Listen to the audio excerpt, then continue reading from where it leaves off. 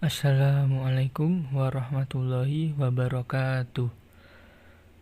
Perkenalkan, kami dari kelompok 8 yang terdiri dari saya, Bahar Ma'ruf, dan rekan saya Ahmad Dhani Ardafi akan mempresentasikan materi yang berjudul Optimalisasi Pendistribusian ZIS.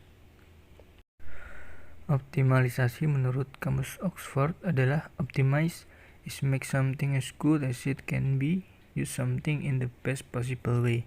Dan menurut Kamus Bahasa Indonesia, artinya itu kondisi yang terbaik, yang paling menguntungkan.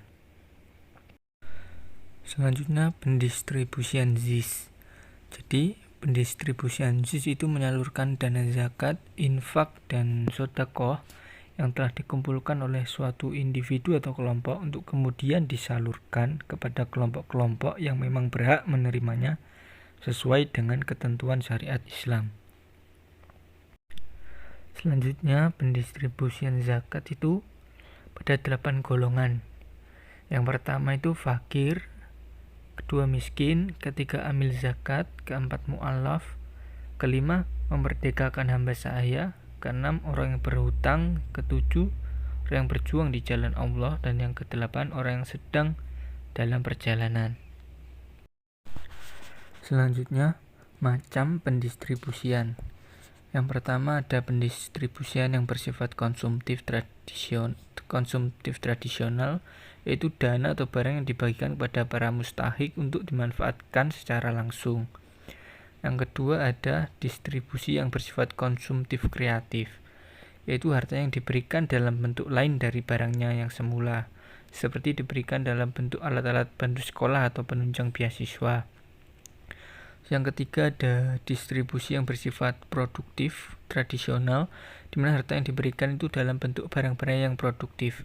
Dan yang keempat itu distribusi yang bersifat produktif kreatif, yaitu harta yang diberikan dalam bentuk permodalan, baik untuk membangun proyek sosial atau menambah modal usaha.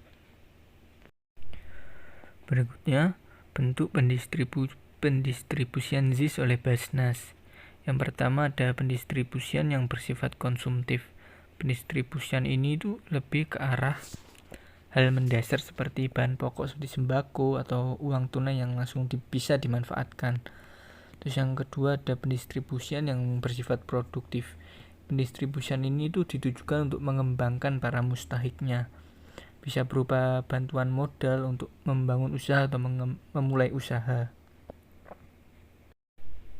Langkah-langkah optimalisasi pendistribusian ZIS. Yang pertama itu perencanaan yang matang. Terus penyusunan strategi pendistribusian, menganalisis perkembangan mustahik yang termasuk dalam kategori 8 asnaf dengan menggunakan ketentuan atau kriteria asnaf yang sudah dibuat oleh Basnas. Yang kedua itu pembuatan laporan yang transparan. Dan yang ketiga itu memberdayakan amil yang berkualitas di Basnas dan amil yang sudah lulus dalam sertifikasi profesional.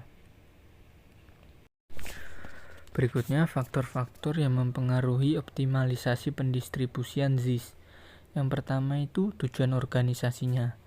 Jadi, tujuan organisasi ini akan mempengaruhi bagaimana optimalisasi dari pendistribusian ZIS. Yang kedua ada sistem yang digunakan. Jadi, semakin baik sistem yang digunakan, ya tentu saja optimalisasinya akan lebih baik.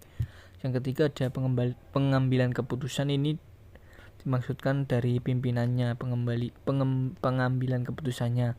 Terus yang terakhir ini dari sumber daya manusianya, ya, yang mengurus pendistribusian itu. Jadi perlu sertifikasi dan memerlukan sumber daya yang baik, maka akan menghasilkan optimalisasi yang baik juga.